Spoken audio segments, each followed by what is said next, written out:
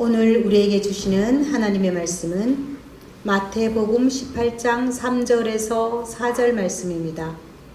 이르시되 진실로 너희에게 이르노니 너희가 돌이켜 어린아이들과 같이 되지 아니하면 결단코 천국에 들어가지 못하리라.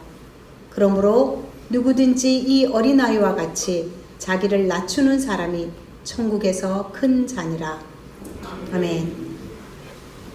오늘은 이신건 목사님께서 작은 것이 크다라는 제목으로 말씀풀이하여 주시겠습니다. 반갑습니다. 또 만났군요. 네.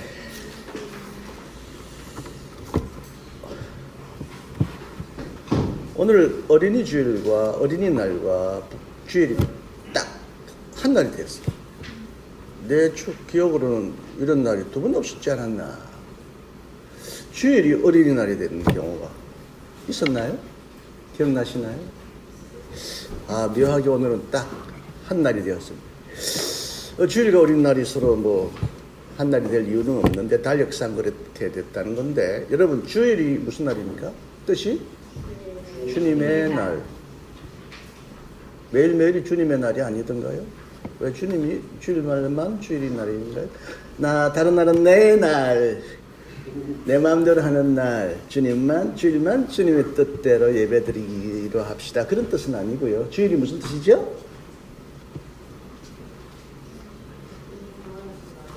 맞아요. 역시 진숙씨 똑똑해. 나 닮았나? 아니 자기 부모 닮았겠지. 나 닮은 이유는 없겠지. 주님께서 부활하신 날이에요.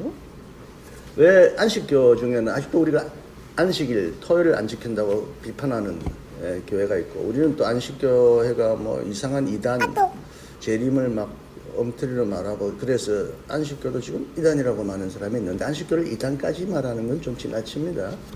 목사님들 중에 재림 잘못 맞춘 사람 엄청 많아요. 엄청 많아요. 인간이 잘못 판단했나 보다 그렇게 생각하면 돼요. 주님 부활하신 날이에요. 부활은 역사적으로 한 번도 일어난 일이 없는 놀라운 기적적인 일이에요. 유대인들은 대부분 부활을 안 믿었어요. 예수님 당시만 해도 부활이 있느니 없느니 막 논쟁하고 그랬어요. 확실히 믿지 않는 사람이 대다수였어요. 유대인들조차. 죽으면 조상의 무덤에 돌아간다. 죽으면 수월, 땅 밑 어두운 데로 들어간다. 이 정도. 부활신앙은 유대기 후기에 생겨났는데, 어떤 사람은 조로아스터교라고 혹은 바벨론 이 주위의 종교의 영향을 받았다는 사람이 있고, 전혀 영향을 받지 않았겠지만 중간기에 부활신앙이 막 일어났어요. 참, 이번에 광고 하나 할게요. 5월 20 며칠인가요? 한국 신학 학술 한국 신학 한국 기독교 학술원이라고 하는 큰 단체가 있는데요. 우리나라를 대표하는 가장 오래된 단체인데 올해 거기서 제가 특강을 합니다. 강연을 합니다. 종로에서 하는데, 제가 페이스북에 제가 만든 포스터가 올라갔을 거예요. 두 분이 강연하는데, 제목이 부활신앙의 기원. 기독교가 언제부터 부활을 믿게 되었느냐, 그 다음에 부활의 시간, 언제 부활하는지에 대해서 지금도 논쟁을 해요. 죽을 때 부활하느냐, 살아있을 때 부활하느냐, 나중에 예수님이 재림하면 부활해요. 이런 부분을 내가 정리하는데요. 부활은 인간이 만든 언어 중에서 가장 가까운, 가장 유사한 언어가 뭘까요? 새 창조입니다. 이전의 창조는 다 나이 들면 크다가 늙고 병들어 죽습니다. 안 죽는 사람 거의 없어요. 근데 죽은 자가 살아났다는 건 새로운 창조와 같은 것입니다. 하나님이 새로운 창조를 하셨기 때문에 죽은 자도 부활하신다는 거예요. 태초에 무로부터 만물을 만드신 기적보다 더 큰 기적이라고 할 수 있어요. 근데 주일은, 어린이는 또 무슨 주일과 관련이 있을까? 어린이 주일을 생각하면, 어린이를 우리가 생각할 때마다 예수님이 왜 어린이를 하나님 나라에 들어간 게 합당한 자다, 나와 같은 아이 부르셨어요, 찬송할 때 우리 주일학교 불렀는데가 아니라 나와 같은 아이를 불렀다고 해야지, 나와 같은 어른도 부르셨어요 하면 그건 틀린 거. 모든 어른이고 할아버지고 할매고 상관없이 어린이가 되지 않으면 천국에 들어갈 수 없어요. 이 노래를 부를 때, 아, 나를 말하는구나. 아, 우리 어린이가 천국에 가는구나. 이렇게 불렀다면 오해입니다. 나와 같은 아이를 예수님은 부르신다는 거예요. 모두가 아이가 아니면 천국의 백성이 될 수 없다는 거예요. 이건요, 이거 또 하나의, 아까 우리 부활은 새 창조라 그랬고요. 또 그와 비슷한 언어 중에 가장 어울리는 말이 혁명이에요, 혁명. 예수님은 이 땅에 혁명의 불을 당기신 분이에요. 뭐, 개혁, 점진적인 개선, 뭐 진화 이 정도가 아니라 예수님은 혁명가입니다. 예수님을 생각할 때 우리가 혁명가로 생각하지 않으면 우리 예수님을 잘못 믿는 거예요. 예수님은 혁명가예요. 많은 혁명. 혁은 이제 가죽혁이다. 명, 목숨명이다. 가죽을 바꾼다. 목숨도 바꿀 만큼 위대한 일이다. 혁신, 바꾸고 새롭게 한다. 혁은 이제 가죽에서부터 가죽을 낡으면 바꿔야 되니까 바꾼다는 뜻으로 생겨가지고 생명을 바꾼다는 건 부활이고요. 혁신적인 이야기. 혁명과 같은 예수님이 이 땅에 오시면서 혁명적으로 사셨는데 혁명이란 말은 전복이고 뒤집는다는 뜻도 됩니다. 확 뒤집어요. 이 세상의 가치관을 확 뒤집어요. 니체가 무신론자지만 이런 말이 있어요. 제 가치의 전복이라는 말을 썼어요. 재평가. 예수님은 지금 인간이 믿는 모든 가치를 확 180도로 뒤집어 보내요. 부자보다 가난한 자가 복이 있다. 어려운 자보다 하나님은 가난한 자, 병자를, 죄를 찾으러 오셨다. 바리새인, 그 당시 가장 예배를 잘 지키고 율법을 잘 지켰던 그 바리새인 종교인들보다 청류와 제일이 먼저 하는 나라 들어간다. 이거 혁명적인 겁니다. 이거 혁명. 그 당시 거룩하고 예수님을 잘 믿는 자가 하는 나라에 들어가야 되는데 청류가 제일이 하는 나라에 더 가깝다라는 얘기도 도저히 예수님의 이 말이 이해가 안 되니까 막 예수님을 비난하고 예수님을 죽여라. 저거 아주 하나님을 모독하는 자. 거룩한 자가 하는 나라에 합당하지. 어떻게 저 더러운 창녀가 저 죄인들이 하는 나라에 먼저 들어간다는 말이냐. 이 말. 힘 있는 자보다 힘 있는 자는 낮추시고 낮은 자를 높이셨다. 등등 예수님의 메시지 보면 혁명적인 말씀이 여기에 걸림돌이 넘어가지 않는 사람을 보겠습니다. 죄인은 부자는 저주를 받을지다 하는 말을 강답에서 설교하는 목사가 있었지다 의심스러워요. 오래전에 소망교회 곽선희 목사가 라디오 타고 가는데 그분이 설교가 어마어마하게 인기가 있을 때 라디오 우연히 틀다가 난 그 사람 설교 안 들었는데 틀다가 곽선희 목사 설교가 나와. 근데 부자 청년이 예수님께 나와서 내가 어떻게 하면 영생을 얻느냐 하는 말씀을 했어. 내가 깜짝 놀랐어. 이야, 이거 굉장히 위험한 설교인데 강남의 부자들이 들으면 굉장히 불편해야 할 설교인데 이걸 왜 이 본문을 택했을까? 내가 어떻게 하면 영생을 얻을까? 네가 있는 걸 다 나누라. 강남에 있는 모든 부자들에게 다 나누라 그러면 나눌 사람이 있겠어요? 나를 따르라. 이거 혁명적이다. 이거 어떻게 설교할까? 끝까지 들었는데 나중에 마지막에 내 있는 걸 다 나누라. 이 말을 설교를 뭐라 그러냐면 예수 믿기 그렇게 힘들다는 거예요. 예수 잘 믿읍시다고. 그렇게 담 넘어가듯이 쑥 넘어가는 와, 이씨. 저게 목사라고 박서니까. 역시 부자 아부하면서 큰 교회는 이루었지만 저거 예수님의 말씀을 안 가르치고 지멋대로 설교를 왜곡하는구나. 우리가 지킬 수 없어도 이 말씀은 이 말씀입니다. 물론 예수님이 모든 사람이 다 재산을 나눠서 남에게 주라 이렇게 말씀하신 건 아니에요. 돈이 많아도 돈이 내게 인생의 주인이 아니고 그 돈이 인생의 최고 가치가 아니었어. 돈을 막 베풀고 나누면서 가난하게 사람을 살아가는 사람은 부자여도 괜찮아요. 그런데 이 부자 청년은 막 마음에 돈이 꽉 차 있어요. 돈이 최고다. 돈만이 내 인생의 최고 목표다. 이거 떨어뜨리지 않으면, 이거 지우지 않으면 얘 얼마나 합당하지 않으니까 이 청년의 심리를 뚫어보고 그러신 것 같아요. 이거 다 버려라. 사실 성 프란시스코는 부자 아버지 만나서 이 기절을 듣고 다 버렸어요. 어마어마한 유산을 다 버리고 가난한 자의 친구가 되기로 해서 성자가 되었어요. 어린이가 하는 나라에 들어간다는 말은 혁명적인 표현입니다. 유대인 사회에서 어린이는 저리 가, 애는 저리 가. 심지어 구약에 보면 애는 막 죽일 때까지 때려 죽이라.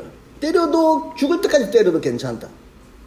그게 어린이를 사랑하는 것이다. 그러니까 이 어린이를 아주 우습게 하는 여자, 어린이, 병자, 백치 같은 급으로 생각했어. 물론 유대인들은 어린이를 어릴 때부터 율법 교육을 엄청나게 잘 시켰어요. 유대인 교육이 모범적이잖아요. 아버지 머리 위에 앉혀놓고 여보, 그건 무슨 교육이라고 그러지? 유대인 교육 방법을? 예, 하부르다. 항상 토론하고 질문. 야, 이거 어려워. 1 플러스 1은 2니? 닌 알아야. 이게 아니라 1 플러스 1은 왜 2개지? 아니요. 이런 유명한 말이 있잖아. 아인슈타인이 학교에서 얘는 무슨 일을 해도 공부 못할 애다. 어릴 때 아이를 품고 뭐 병아리를 새를 품으려고 그렇게 생각했고 1 더하기 1은 2라는 걸 이해를 못했어요. 왜? 진흙을 하나를 탁 합치면 하나인데 한 덩어리씩 이게 어떻게 2덩어리예요? 세상에 1 플러스 1이 이해가 안 되는 게 엄청 많아요. 아인슈타인 어릴 때부터 1 더하기 1 더하기 왜 항상 2야? 하나인데 물에다 물을 부으면 물이 한 그릇이지 2그릇이 되나요? 차라리 물을 나누면 2그릇이 되고 3그릇이 되지. 이렇게 어린이는 어리석다라는 말에서 우리나라 말에서 나왔다고 그래요. 방정하니까 최초에 어린이를 만들 때 어린이란 말이 없어서 어리다, 어리석다, 여리다 이런 말을 써서 어린이라고 말을 우리나라 말로 최초 지었다. 우리나라에도 어린이란 말이 없었어. 어린이는 애 취급, 사람 취급을 안 한 거예요. 오래도록. 그래서 어린이를 그냥 예수님이 막 전하시는데 애들이 막 들어오고 시끄러우니까 제자들은 애들 가라, 애들 가라, 애들 꺼져라 하는데 예수님 보시고 야야 그러지 마라, 데려오라. 중앙에 앉지. 예수님을 어른의 중앙에 앉히세요. 세우세요. 세울 뿐만 아니라 심지어 안으세요. 어린이 같아야 한다. 너희들도 어린이 같지 않으면 천국에 못 들어간다. 라고 어린이를 굉장히 중요하게 생각하십니다. 이런 그 어린이의 그 중요성을 생각하고 제가 어린이 신학이라는 책을 썼잖아요. 여러분 축하할 일은 일본에서 그 책이 출간되었는데 며칠 전에 일본의 기독교 서점에 베스트셀러 1번으로 올랐다. 역시 일본 사람들은 우리나라 사람보다도 독서를 많이 해요. 우리는 전철 타면 독서하는 사람 하나도 없는데 일본 사람은 책을 엄청 봐고 일본의 신학 수준은 엄청 높습니다. 우리보다 먼저 선교를 받아들여서 일본에는 엘리트 신학자가 엄청 많아서 한국을 아주 깔보았어요. 우리 초기에는 일본 책을 소설책만이 아니라 망가, 만화만이 아니라 일본 책을 많이 수입해서 우리가 또 일본에 가서 대부분 우리 선조들이 유학 갔어요. 왜냐하면 미국 가려면 배 타고 몇십 달을 건너가야 되고 돈도 없으니까 일본이 유럽의 신학, 미국의 신학을 수입했기 때문에 우리가 뭐 전자제품도 일본을 통해서 수입했듯이 일본으로부터 초기의 신학을 수입했기 때문에 또 우리가 일본으로부터 지배당했잖아요. 이야, 우리는 아직도 항공모함을 못 만드는데 그 당시 일본은 항공모함을 만들었어요. 와, 일본의 기술 발전은 메이지 유신이에 어마어마하게 아마 세계에서 가장 빨리 산업화한 나라일 거예요. 그렇게 힘을 가지니까 이제 주변 나라를 한번 점령하자고 우리나라에게 쳐들어오고 만주까지 쳐들어오고 막 동남아까지 갔지 않았어요. 근데 이번에 이 어린이 신학 일본어로 번역되면서 서평을 여러 사람들이 부탁해서 제 유튜브에도 올렸는데 이 사람이 아주 놀랐다. 한국에는 경건하고 신앙이 뜨거운 사람이 있는데 신학적인 깊이가 있을 줄 몰랐다는. 민중신학이라고 하는 것이 소개는 됐는데 이 책을 보고 와, 한국에도 이렇게 깊고 놀라운 신학의 수준이 있다는 걸 자기는 놀랐다는 표현을 하고는 내가 아주 속으로 탕했어요. 몰랐지. 한국을 어딜 우습게 봤지. 근데 베스트셀러 1번에 올랐다. 와, 놀랐습니다. 나의 어린이 신학은 한 번도 베스트셀러 1위에 오른 적이 없어요. 이 책을 잘 팔린다는 소문도 지금 없어요. 첫판 찍고 난 후에 재판도 아직 못 찍을 정도로 어린이 신학은 한국에 안 팔려요. 그만큼 한국인의 그리스도인의 신학 수준이 낮다는 거예요. 어린이를 깔본다는 거예요. 어린이 신학을 깔본다는 거예요. 여성들은 여성 신학책을 많이 볼 거예요. 해방자들은 해방 신학을 볼 거예요. 하나나라 운동하는 사람은 하나나라 운동책을 많이 볼 거예요. 근데 어린이 신학을 왜 안 봐? 근데 다 이 어린이주일 오면 여기저기 전화 옵니다. 어린이주일 설교 어떻게 하면 좋을까? 내 책 봐. 내 책. 그리고 두란노의 목회와 신학에서도 이신근은 이제 한국의 어린이 신학자로 딱 그렇게 인상이 박혔나 봐. 이신근은 어린이 신학자. 그런데 어린이 신학을 1년에 딱 한 번만 기억해요. 아이고 미치겠어. 365일 모든 날을 어린이 신학을 가슴에 새기고 우리가 어린아이와 같이 되지 않으면 천국이 이 땅에 임할 수 없다는 365일 어린이 주일이 돼야 하고 어린이와 같은 삶을 살아야 되는데 어린이 날만 딱. 물론 지금 우리 한국 부모님도 이제 어린 날을 특별히 좋아해서 어린이들에게 좋은 일 베푸지만 우리나라는 이제 어린이를 존중하고 사랑하는 문화가 아주 퍼졌어요. 사실 우리 가정의 모든 중심이 이제 어린이가 됐어요. 사실 이게 좋은지 나쁜지는 몰라도 어쨌든 어린이 중심이 된 거는 어떻게 보면 좋고 지금은 뭐 강아지도 애완견도 애완식물도 이제 애완돌도 반려돌이라고 그러고 와 하여튼 우리나라가 이제 어린이를 매우 중요시하는 사회가 된 것도 출생률도 떨어지고 어린이 하나밖에는 가정에 희망이 없으니까 둘도 아니고 하나 낳고 이러니까 어린이의 모든 관심을 기울이는 건 이해가 될 만한데 근데 왜 어린이를 가장 어린이와 같은 자가 되어야 되는지에 대한 신학적인 반성이 아직도 부족해요. 그러니까 내 책이 안 팔리는 거예요. 이 점에서는 우리가 일본의 먼 기술을 따라잡았고 개인의 실질 소득은 일본보다도 우리가 높아졌다고 할 정도로 자긍심이 있지만 인문학적, 신학적 수준은 아직도 밑바닥에 있다는 걸 반증하는 거예요. 하여튼 어린이 신학 참 유감스럽지만 제가 어린이 신학자로 죽어도 살아도 영원히 알려진다는 건 제에게는 큰 기쁨이고 영광입니다. 가장 낮고 초라한 어린이를 신학으로 삼았는데 많은 사람들이 이를 인정해 주는 건 바람직한 일이죠. 사실 제가 어린이 신학책을 쓰고 난 후에 한국에 뭐 영성신학, 영성이라는 운동이 나오면서 수많은 영성에 관한 책이 나올 때 나도 영성에 대해서 한마디 하자라고 해서 책을 조그맣게 썼어요. 어린이 신학과 영성신학의 만남. 이것도 작은 어린이처럼 작은 책인데요. 온전한 영성. 여기 쓰면서 어린이 신학이 좀 딱딱하게 썼다면 여기는 부드럽게 쓴 책이 있고 이 안에 설교 한 편을 썼어요. 어린이 주일 설교. 제가 지금 이제 시중에 팔리는 책은 이 두 가지를 합본했기 때문에 일본에 번역된 책도 하나가 되었습니다만 여기 있는 내용을 여러분에게 좀 소개하려고 합니다.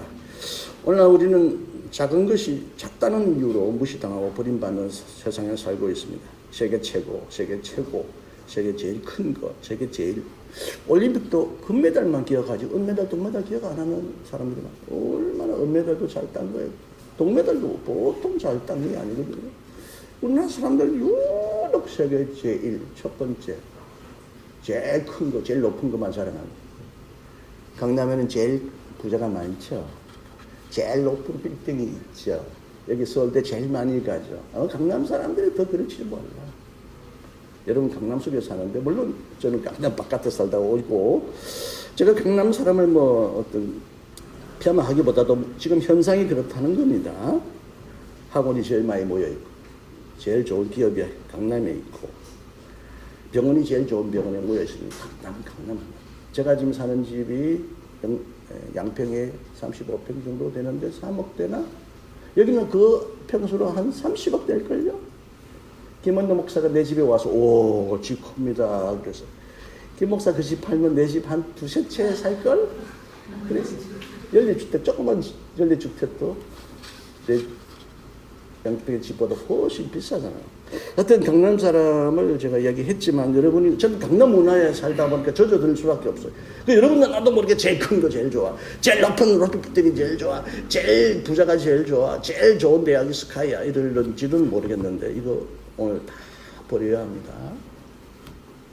이러다 보니까 얼마나 많은 사람들이 살인적인 생존 경쟁 때문에 1등만이 살 길이라고 생각하고 죽으라고 일을 합니까? 죽으라고 일을 하다가 수많은 사람들이 절망하고 실패하고 오늘 아침부터 TV 봤는데 우리나라 어린이들이 정신병이 굉장히 많답니다. 어린이의 우울증, 죽고 싶다는 어린이. 실제로 우리나라 소년 자살률도 노인 자살률 못지않게 청소년 자살률이 높습니다. 옛날에 군대 가면 힘들어서 자살 많이 했는데 요즘 군대 문화가 많이 바뀌어서 자살 안 하는데 공부에 내몰리는 학생들, 막 생존 경쟁에 내몰리는 불쌍한 학생들이 얼마나 소수는 공부 잘해서 서울대학 가겠죠. 서울대학 가면 자기는 그 학교에서 1등 했는데 서울대학 가면 늘 꼴등하는 거예요. 왜? 전국에서 1등하는 애들이 서울대학 모였어요. 거기서도 자살하는 애들이 생깁니다. 거기서도 이탈하는 애들이 생깁니다. 서울대도. 1등만 바라고 살아가면 1등 외에는 모두가 다 추락합니다. 갑자기 생각났는데 제가 화곡성결교회에 유학하고 크진 않아요. 200명도 모이지 않은 교회 사찰 집사 아들이 어느 날 종탑에 올라가서 약을 먹고 자살해서 죽어버렸어요. 늘 1등 하다가 2등 하다가 1등을 못 올라가니까 자살해버리더라고. 세상 2등만은 어디에요? 난 10등도 못 들었어요. 부산고등학교 다닐 때 15등 차오라 해가지고 겨우 서울대학 갈 뻔했는데 서울대학도 떨어졌어요. 그래서 하나님이 다행히 서울 신학대학 서울 붙은 대학 그래도 붙여주셨는데 서울대학은 다 공부 못한 애들이 와가지고 나 같은 사람이 굉장히 공부 잘하는 걸로 소문났어요. 근데 여러분 인류 높은 거 이건 세상은 그런 가치를 추구해요. 왜? 인류만 살아남고 인류만 존경받고 인류만 높은 자리에 가니까. 대다수는 이제 밀려나죠. 오늘의 뭐 중산층도 뭐 붕괴된다는 경제적인 의미에서 그렇지만 대다수는 루저로 못난 사람으로 열등감을 알아야 되고 그 열등감을 보상받으려고 또 자식에게 막 모든 걸 쏟아서 수많은 학원을 보내고 공부해라 걔들이 공부를 잘할 수 있어요? 대부분 공부 못하게 돼요. 공부만 인생의 목적이 아닙니다. 오늘도 차를 타고 오다 어제 학교 중학교 1학년 일반에 반장하던 우리 목사 친구를 만났는데 번정했어. 걔는 1등하고 나는 2등하고 그랬는데 어쨌든 지금 보니까 뭐 꼭 비교해서가 아니라 뭔가 어쨌든 1등이라는 그 삶의 가치를 끝까지 유지하지 못한 것 같지 않았나 그런 생각을 했는데요. 여러분 세상은 이렇게 높은 자, 힘 있는 자, 부자를 높이는 세상이라면 예수님은 완전히 뒤집었어요. 낮은 자, 가난한 자, 병자, 죄인을 하나님은 더 귀히 여기고 사랑한다. 내가 여러분에게 옛날에도 얘기했지만 세상 사람은 가치 있는 자를 사랑합니다. 가치 있는 자를 돈 많은 사람 같이 있어. 와, 힘 있는 사람 같이 있어. 똑똑한 사람 같이 있어. 힘 있는 사람을 높이고 사랑하지만 예수님은 낮은 자를 사랑함으로써 가치 있게 만듭니다. 가치 있는 자를 사랑하지 않고 가치 없는 자를 사랑함으로써 그를 가치 있는 자로 만드시는 것이 예수님의 삶의 목표였습니다. 그래서 낮은 자, 가난하고 비천한 자를 예수님은 유독 찾아가 나셨고 또 솔직히 부자들은 한 나라를 받아들이지도 않고 거부합니다. 강남에는 왜 기독교인들이 많은지는 잘 모르겠습니다. 근데 이건 하나님 나라를 받아들이기보다는 교회 가면 사교가 되고 직장도 가질 수 있고 교회가 또 제2의 어떤 출세의 하나의 이용할 수 있는 좋은 집단이기 때문에 교회를 이용하지 않나. 저는 어느 날 사랑의 교회가 얼마나 큽니까? 강남에 우리나라 제일 아마 규모로는 큰 교회, 크게 돈 들여서 지은 교회인데 입시를 위하여 뭐 100일 기도한다 그런 얘기 듣고 엄청나게 놀랐습니다. 저희들은 어차피 좋은 부모 만나서 좋은 학원 다녀서 좋은 대학 들어갈 텐데 또 하나님 앞에 더 좋은 대학 다니려고 기도해? 차라리 가난한 시골에 목회하시는 목회자의 자녀들 시골에서 농업하면서 우리의 먹거리를 제공하는 그 사람들이 하나님 좋은 대학 가도록 기도해 주십시오. 우리는 더 안 가도 지금 우리는 공부를 다 잘할 요건입니다. 우리의 맞는 학교만 가게 해주시고 정말 이 지역에 시방에 사는 가난한 자들 좋은 대학 들어가게 기도해 주십시오라고 하게 했다면 이 교회가 얼마나 존경을 받겠어요. 저 친구 말이야. 사실 부산은 부산고등학교, 경남고등학교가 제일 좋은 고등학교가 서울대 들어가려고 엄청 공부를 시켰는데 나는 공부가 제일 목적이 아니고 교회에 헌신하느라고 공부에 대해서 열심히 안 하고 학원도 못 다녔기 때문에 겨우 15등 들어가서 서울대 들어갈 뻔했어요. 근데 아니 그 친구가 말이야 학교도 안 다녔던 부산고등학교에 학적을 위조했다는 말을 듣고 내가 너무 놀랐어. 똥똥 대학 다니고 고등학교 다니면 어때? 가난하고 못 살다 보면 똥똥 대학도 다닐 수 있지. 나중에 보면 좋은 고등학교 좋은 대학 나온 사람이 사회 훌륭한 지도자 되는 건 꼭 아닙니다. 또 하나님은 꼭 그런 사람을 쓰시는 게 아닙니다. 근데 학력을 유지했다는 말 듣고 내가 지금 한번 만나면 내가 그냥 내 고등학교 후배가 안철수도 제 부산고등학교 후배인데요. 왜 철수 안 하는지 어떻게 보면 애 같긴 해요, 얼굴이. 그래서 하나님은 저 사람을 아직도 쓸모가 있어서 정치시키는지 모르겠는데, 세상은 높은 것 최고를 추구하지만 예수님은 낮은 자를 더 사랑하시고 작은 자를 사랑하시고 작은 자가 크게 될 것이다. 낮은 자리에 있는 사람을 하나님은 높이신다는 것. 이 세상에서 가장 영광스러운 자리는 천국의 자리입니다. 뭐 천국에는 소열이 없지만 그렇다면 이 세상에는 가장 낮은 자를 하나님은 먼저 천국으로 인도하시고 영접하신다는 게 예수님의 핵심입니다. 물론 나는 세상적으로 보면 좀 높은 사람이 됐어요. 학력도 높죠. 직업도 높았죠. 뭐 세상에 부러울 만한 어떤 삶을 살았지만 이 예수님의 이 말씀에 걸려가지고 막 부자에게 들여받고 막 권력자에게 들여받고 막 싸우다가 막 엄청 고생했잖아. 그래서 내 눈을 더 낮추셨어. 네가 박사라고 교수라고 우쭐대지 말고 낮은 자를 눈여겨보라. 그래서 어린이가 내 눈에 들어왔어. 짓밟히고 성폭력 당하고 버림받는 어린이. 또 나도 어릴 때 나도 모르고 우리 애들에게 막 두드리 팬 것이 돼서 어마어마한 자책감과 회개감이 들어서 펑펑 울면서 이 책을 썼어요.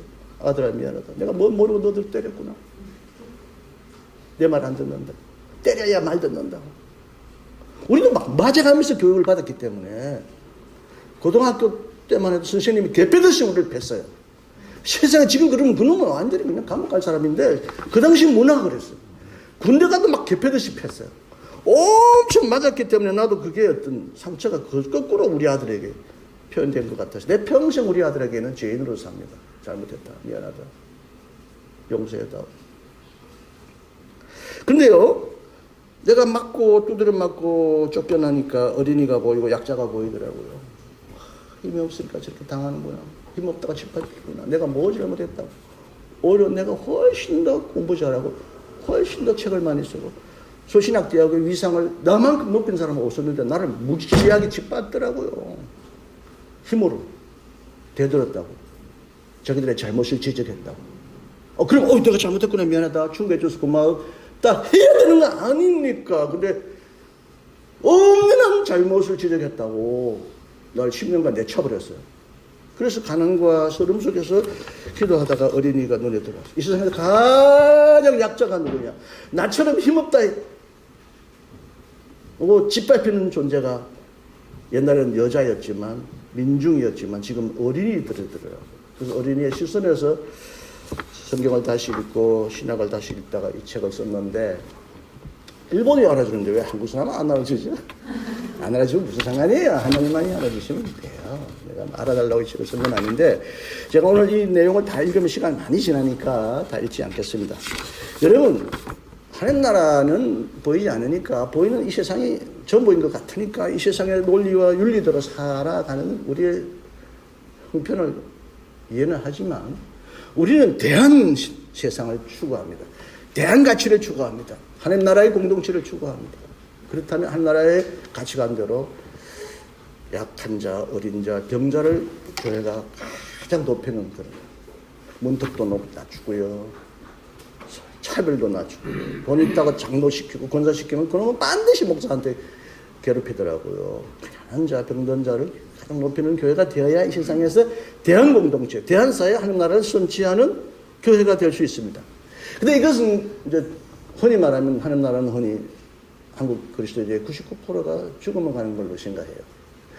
제가 이제 차를 대놓고 오다가 여기 교회 하나 있잖아요. 딱 앞에 간판이 예수님 믿고 천국 갑시다. 딱 간판이 눈에 뜨더라고. 내가 속으로 뭐라고 생각하냐? 에이, 새끼들 빨리 죽어, 그럼. 천국 가고 싶으면 그렇게 빨리 죽어. 어찌 죽어서 천국 가는 걸 예수 믿는 목적으로 삼아. 천국이 온다는데 왜 가? 이 세상은 그럼 천국이 없고 죽어야 천국 간다는 말이냐? 저걸 뻗었이. 예수님은, 예수님께 천국 갑시다 말을 한 적이 없어요. 나를 믿으면 천국 간다. 천국에 온다. 우리 가운데 있다. 가장 낮은 자가 바로 천국 속에 있다. 이렇게 말씀하셨는데, 또 죽어야 천국 간다는 이런 헛소리 하는 사람들이 얼마나 많은지. 그러니까 한국 개신교회가 망하는 거예요. 망해가는 거예요. 미래가 암담합니다. 그나마 그 속에서 천국이 어떻게 우리 가운데 임하는지 천국이 어떻게 우리 가운데 있는지, 천국이 우리 가운데 온다면 우리가 그걸 어떻게 경험하고 어떻게 나누고 어떻게 실천할 것인지 고민하는 그 교회는 풀뿌리 교회처럼 결코 흔들리지 않고 뽑히지 않고 이 세상에서 살아남아서 예수님의 말씀을 제대로 실천하는 그런 공동체가 될 것이고, 그 중에 하나가 왜 낮은 자리 교회라고 세웠는지 말을 했는지 몰라도 처음에 이제 지하실이 있으니까 낮은 자리 교회였는지 모르겠는데 조금 2층 높은 자리 교회로 이제 공간의 의미는 아니고요. 어쨌든 낮은 자리 교회가 맞아요. 낮은 자가, 오늘 제목이 작은 자가 크다는 말도 그렇고 낮은 자가 높은 자다. 예수님의 시선에서는 그렇다는 거예요. 세상의 시선이 아니라는 거예요. 세상의 시선이 세상이 전부라면 세상대로만 살면 끝납니다. 근데 우리는 세상보다 더 나은 혁명적인 새로운 공동체, 새로운 나라, 하나님 나라가 있음을, 그건 죽어서야만이 아니라 살아서도 경험할 수 있음을, 그 행복을 여기서도 나눌 수 있음을 믿기 때문에 우리는 하나님 나라에 대한 소망을 가지고 지금도 활동하고 있는 겁니다. 내가 하고자 말은 죽어서 낮은 자는 높은 자리에 올라간다. 흔히 나사로와 부자의 비유에 나오잖아요. 높은 부자가 나사로를, 거지 같은 자를 돌보지 않아서 죽어서 뭐 이렇게 신세가 뒤바뀌었다고 그러니까 사람들은 아, 죽으면 신세가 바뀌는구나 말하는데, 이 말씀도 본문의 핵심은 그게 아니에요. 너 부자들, 너 쫄딱 망할 수도 있어. 너 완전히 운명이 뒤바뀔 수 있어. 너 부자들 회개해야 돼. 이런 뜻이지. 야, 죽으면 부자는 어차피 지옥 간다. 가난한 자는 천국 간다. 이런 뜻이 아니에요. 제가 말하고자 하는 것은 하나님에 대한 공동체가 하나님 나라의 복이 죽을수만이 아니라 살아서도 경험할 수 있는데, 그럼 이 세상에서 어떻게 약자, 작은 자가 클 수 있어? 낮은 자가 높을 수 있어? 아, 세상에서 그런 걸 어떻게 구체적으로 경험할 수 있어라고 생각하다가, 옛날에 부천에 2층에서 이제 단독 2층집이었어요. 근데 이제 벌이 자꾸 와서 집을 지어가지고 벌에 여러 번 쏘이기도 했는데, 틈으로 끊임없이 개미가 기어 나오는 거예요. 끊임없이 벽돌 사이로 개미를 다 봐도, 아, 저렇게 작은 개미가 없는 것이 없구나. 요즘 아파트에도 소독약을 치니까 아파트에도 개미가 잘 안 올라오는데, 가만히 보니까 개미가 온 세상을 뒤덮고 있어.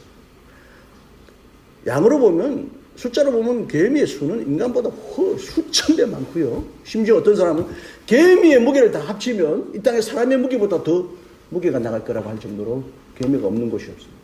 물론 개미보다 더 약한 존재, 아메바, 이런 것들이 온 몸에, 온 세상에, 온 옷에, 온 균이, 이제 좋은 균과 나쁜 균을 가려서 우리가 건강을 보호하지만, 눈에 보이지 않는 미세한 세균이 코로나 같은 경우도 온 세상을 지금 지배합니다.